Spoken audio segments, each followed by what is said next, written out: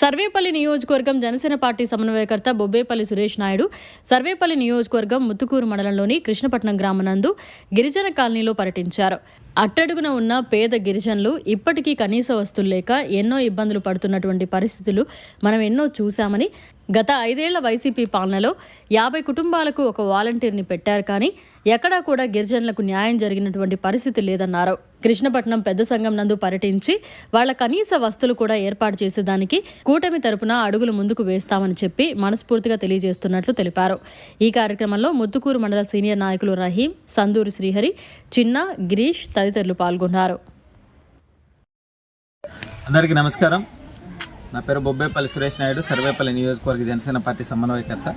సర్వేపల్లి నియోజకవర్గంలోని 117 పంచాయతీలో అట్టడుగున ఉన్నటువంటి గిరిజన కాలనీలు ఎక్కడెక్కడ ఉన్నాయో ఆ గిరిజన కాలనీలకు వెళ్ళి అక్కడ గిరిజనుల యొక్క స్థితిగతులు తెలుసుకోవడం, అదేవిధంగా వాళ్ళకి ఆధార్ కార్డు ఉందా లేదా, రేషన్ కార్డు ఉందా లేదా, ఓటర్ కార్డు ఉందా లేదా, పెన్షన్ వస్తుందా లేదా అనేటువంటి విషయాలన్నింటినీ కూడా సేకరించి ఏదైతే సర్వేపల్లి శాసనసభ్యులు సోమిరెడ్డి చంద్రమోహన్ రెడ్డి ద్వారా సచివాలయాల దృష్టికి తీసుకువెళ్ళి త్వరితగతిన వాళ్ళకి ఏవేవి ఇబ్బందులు ఉన్నాయో అవన్నీ కూడా పరిష్కరించే విధంగా ఈ యొక్క కూటమి ప్రభుత్వం పనిచేస్తుంది.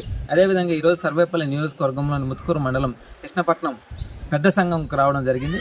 ఇక్కడ గిరిజనుల యొక్క స్థితిగతులు అడిగి తెలుసుకోవడంతో పాటు వాళ్ళకి త్వరితగతిన ఏదైతే రేషన్ కార్డు, ఆధార్ కార్డు లేని వాళ్ళకి రాపించడం, అదేవిధంగా పెన్షన్ రాని వాళ్ళకి పెన్షన్ ఇప్పించే విధంగా ఈ యొక్క ప్రక్రియ కొనసాగేదానికి కూటమి ప్రభుత్వంలో భాగంగా జనసేన పార్టీ నుంచి మేమంతా కూడా మా యొక్క అందుబాటులో ఉన్న గిరిజన కాలనీలన్నీ కూడా తిరుగుతూ ఉన్నాం.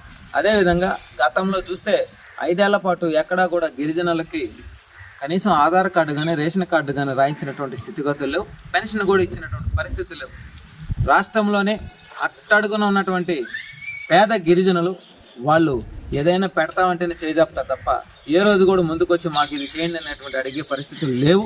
అటువంటి వాళ్ళని ఆదుకోవడంలో కూటమి ప్రభుత్వం ముందుంటుందని చెప్పి మనస్ఫూర్తిగా తెలియజేస్తూ, ఏదైతే మా అధినేత జనసేన పవన్ కళ్యాణ్ గారు రెల్లి కులాన్ని ఆయన స్వీకరించాడనంటే గిరిజనులకి న్యాయం జరగాలి, వాళ్ళకి అన్ని విధాల అవకాశాలు కల్పించాలనేటువంటి ఆలోచనతో ఈ యొక్క కూటమి ప్రభుత్వం పనిచేస్తుందని చెప్పి మనస్ఫూర్తిగా తెలియజేస్తూ ఉన్నాను. మరిన్ని అప్డేట్స్ కోసం మన HN9 టీవీ ఛానల్ని సబ్స్క్రైబ్ చేసుకోండి.